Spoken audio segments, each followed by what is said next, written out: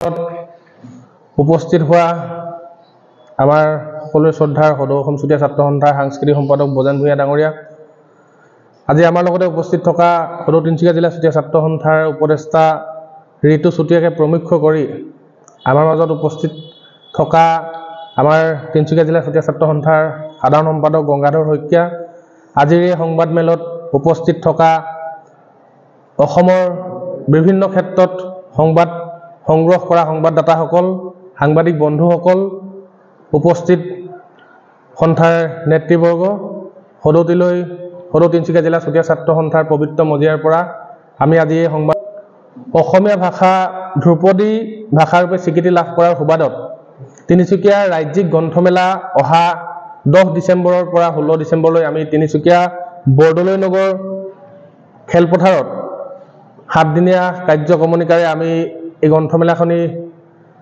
আয়োজন কৰিছোঁ।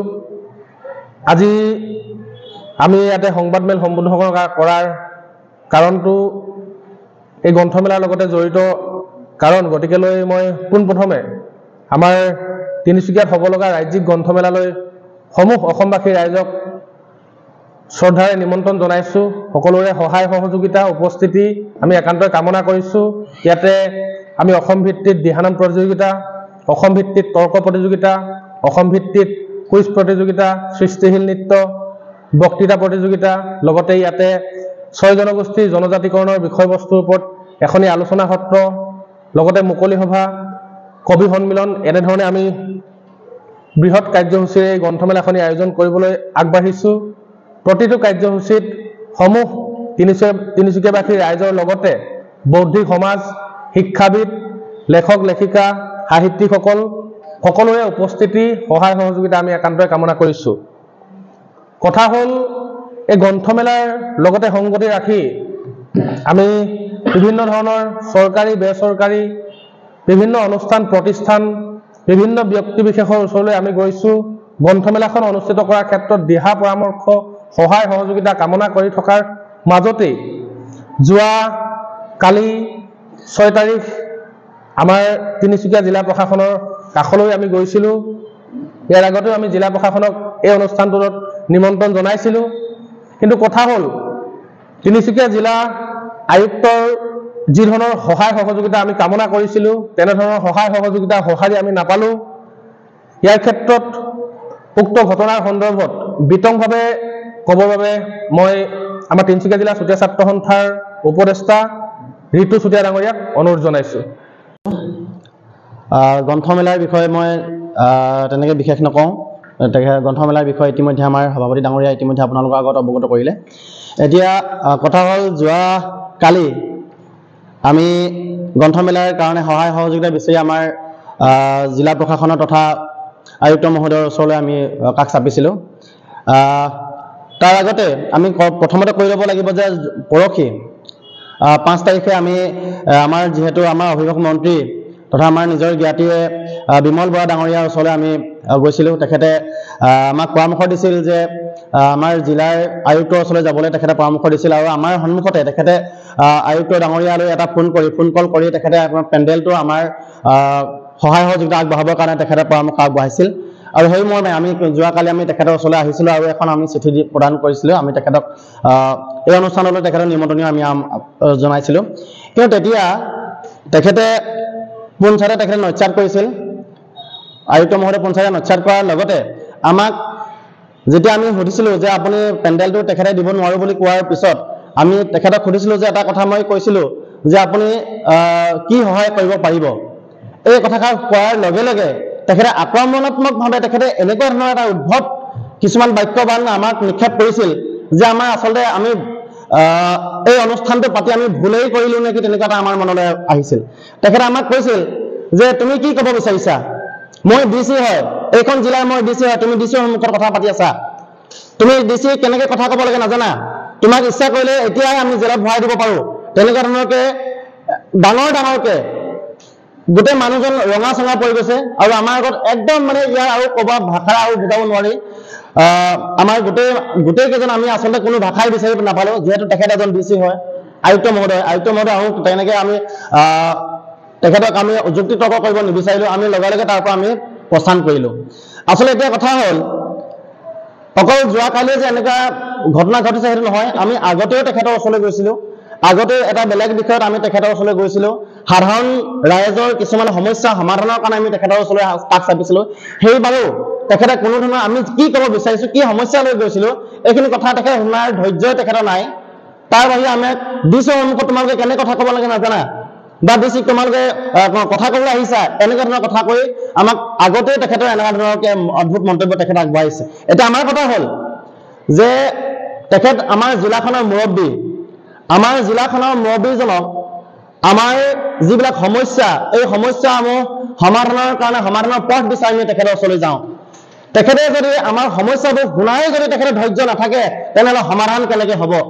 আমি সংগঠনৰ নেতাসকলে যদি আমি তেখেতৰ ওচৰলৈ যাব নোৱাৰোঁ, সংগঠন কেইটাই যদি তেখেতসকলৰ লগত আমি কথা বাৰ্তা কৰিব নোৱাৰোঁ, তেনেহ'লে সৰ্বসাধাৰণ ৰাইজে তেখেতৰ ওচৰলৈ কেনেকৈ আহিব? গতিকে আমাৰ প্ৰশ্ন যে তেখেতে এনেকৈ ধৰণে তেখেতে আমাৰ তিনিচুকীয়া জিলাখন চলাব নেকি?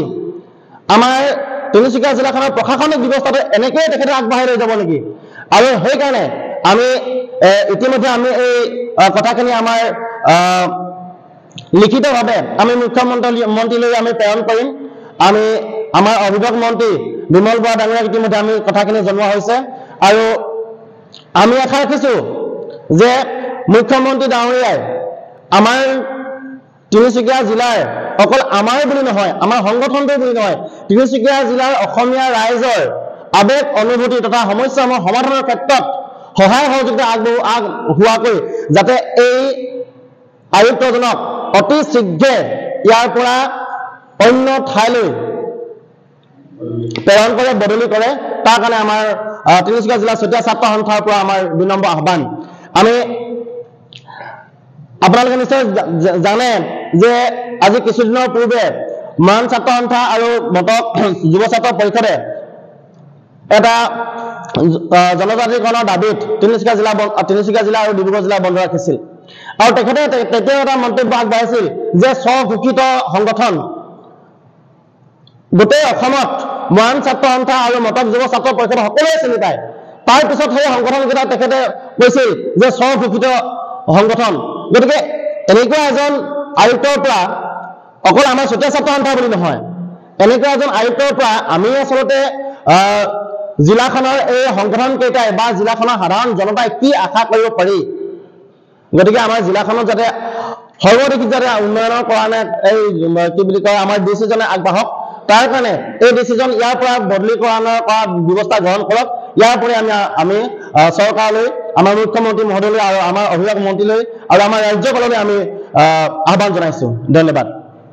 জিলা চুতীয়া ছাত্ৰ সন্থাই যি মহৎ উদ্দেশ্য লৈ আমি ৰাজ্যিক গ্ৰন্থমেলাখনি আয়োজন কৰাৰ ব্যৱস্থা কৰিছিলোঁ, এনেধৰণৰ নীতিবাচক অনুষ্ঠানত যদি জিলা প্ৰশাসনৰ তৰফৰ পৰা কোনো ধৰণৰ সঁহাৰি পোৱাৰ বিপৰীতে তেওঁ যদি আমাক বিৰোধ মন্তব্য কৰে, তাৰ ক্ষেত্ৰত তিনিচুকীয়াত বসবাস কৰা অসমীয়া ৰাইজে নিজক কেনেদৰে সুৰক্ষিত বুলি ভাবিব? কথা হ'ল তিনিচুকীয়াত বসবাস কৰা বিভিন্ন খিলঞ্জীয়া যিসমূহ ভূমিপুত্ৰ জনগোষ্ঠী আছে, তেওঁলোকৰ আশা আকাংক্ষা, তেওঁলোকৰ প্ৰাপ্য অধিকাৰৰ ওপৰত তেখেতে তেওঁ যি ধৰণে শাসন চলাব বিচাৰিছে, তাৰ প্ৰতি আমি সদৌ তিনিচুকীয়া জিলা চুতীয়া ছাত্ৰ সন্থাই তীব্ৰ ভাষাৰে গৰিহণা দিছোঁ। তিনিচুকীয়াত বসবাস কৰা যিসমূহ জনসাধাৰণ আছে, তেওঁলোকৰ ভৱিষ্যত প্ৰজন্ম সুৰক্ষিত কৰাৰ স্বাৰ্থত শিক্ষাৰ ক্ষেত্ৰত আজি যি ধৰণে শিক্ষাৰ মানদণ্ড কিমান উন্নত হৈছে আপোনালোক সকলোৱে হয়তো জ্ঞাত। শিক্ষাৰ মানদণ্ড উন্নত কৰাৰ লগতে তিনিচুকীয়াত যিসমূহ আমাৰ বৌদ্ধিক সমাজ আছে, তিনিচুকীয়াৰ বিভিন্ন ক্ষেত্ৰত গুৰু দায়িত্ব পালন কৰা ব্যক্তিসকল আছে, তেওঁলোকক সহযোগত লৈ আমি এই গ্ৰন্থমেলাখনি আয়োজন কৰিছিলোঁ। কিন্তু এনেধৰণৰ গ্ৰন্থমেলাত জিলা প্ৰশাসনৰ তৰফৰ পৰা আমি সঁহাৰি পাম বুলি আশা কৰিছিলোঁ। এই সঁহাৰি পোৱাৰ বিপৰীতে তেওঁ যিধৰণে আমাক আক্ৰোশ মন্তব্য কৰি আমাক তেওঁৰ কাৰ্যালয়ৰ ভিতৰত যি ধৰণে অপমান কৰিলে, এই অপমান কেৱল চুতীয়া জনগোষ্ঠীক অপমান নহয়, এই অপমান অসমীয়া ভাষাক অপমান, অসমীয়া ভাষা সংস্কৃতিক অপমান কৰিছে তেওঁ। গতিকে এটা কথা স্পষ্ট ভাষাৰে ক'ব বিচাৰিছোঁ, তিনিচুকীয়া জিলাত বসবাস কৰা প্ৰতিটো জাতীয় জনগোষ্ঠীয় দল সংগঠনৰ নেতৃবৰ্গই এনেধৰণৰ জিলা প্ৰশাসনৰ আয়ুক্তৰ ওপৰত কি ধৰণে তেওঁ আমাৰ ওপৰত ইমান শাসন চলাব বিচাৰিছে, তাৰ উত্তৰ নিদিয়া পৰ্যন্ত আমি কেতিয়াও ক্ষান্ত নাথাকোঁ। কথা হ'ল তিনিচুকীয়াৰ ৰাজ্যিক গ্ৰন্থমেলা অনুষ্ঠিত কৰিবলৈ লৈছোঁ। আমি ইয়াতে আমাৰ যিসমূহ শুভাকাংক্ষী আছে, আমাৰ ইয়াতে যিসমূহ বৌদ্ধিক সমাজ আছে, শিক্ষক সমাজ আছে, তেখেতলোকৰ সহযোগত বা তেখেতলোকৰ দিহা পৰামৰ্শতে আমি অনুষ্ঠানটো সুন্দৰ ৰূপত সফল সমাপ্তি ঘটাব পাৰিম।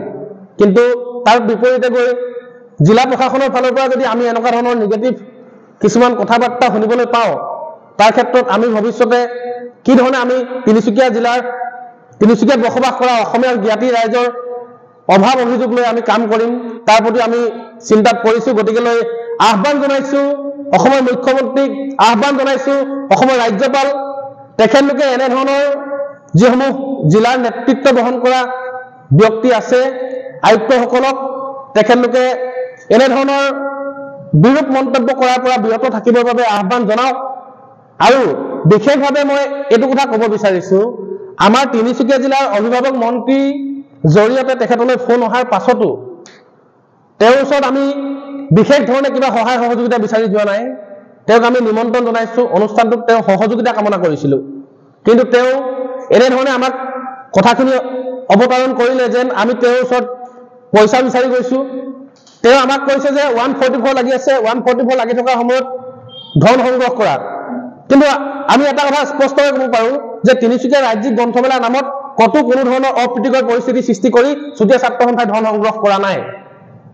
আৰু এটা কথা আজি ইয়াতে স্পষ্ট কৰিব বিচাৰিছো, আজি এই ঘটনাটো হোৱাৰ পাছত যদি কোনো অপ্ৰীতিকৰ পৰিস্থিতি যদি সৃষ্টি হয়, তাৰ বাবে জগৰীয়া তিনিচুকীয়া জিলা চুতীয়া ছাত্ৰ সন্থা নহয়, তাৰ বাবে জগৰীয়া হ'ব অসম চৰকাৰৰ তিনিচুকীয়া জিলাৰ প্ৰশাসনৰ মুৰব্বী আয়ুক্ত মহোদয়। গতিকেলৈ আমি আজি এই ইমান বুজা থকাৰ পাছতো কালিলৈ পৰহিলে আমাৰ গ্ৰন্থমেলাৰ দিন চমু চাপিছে, কিন্তু ইমান বুজাৰ মাজতো আমি আজি সংবাদমেল সম্বোধন কৰাৰ উদ্দেশ্য এইটোৱেই যে তিনিচুকীয়াত ভৱিষ্যত জীৱন, নৱপ্ৰজন্মৰ ভৱিষ্যত সুৰক্ষিত কৰাৰ স্বাৰ্থত তিনিচুকীয়াৰ প্ৰতিজন ব্যক্তিৰ সহায় সহযোগিতা দিহা পৰামৰ্শৰে আমি এই গ্ৰন্থমেলাখনি সফল সমাপ্তি ঘটাম বুলি ভাবিছিলো।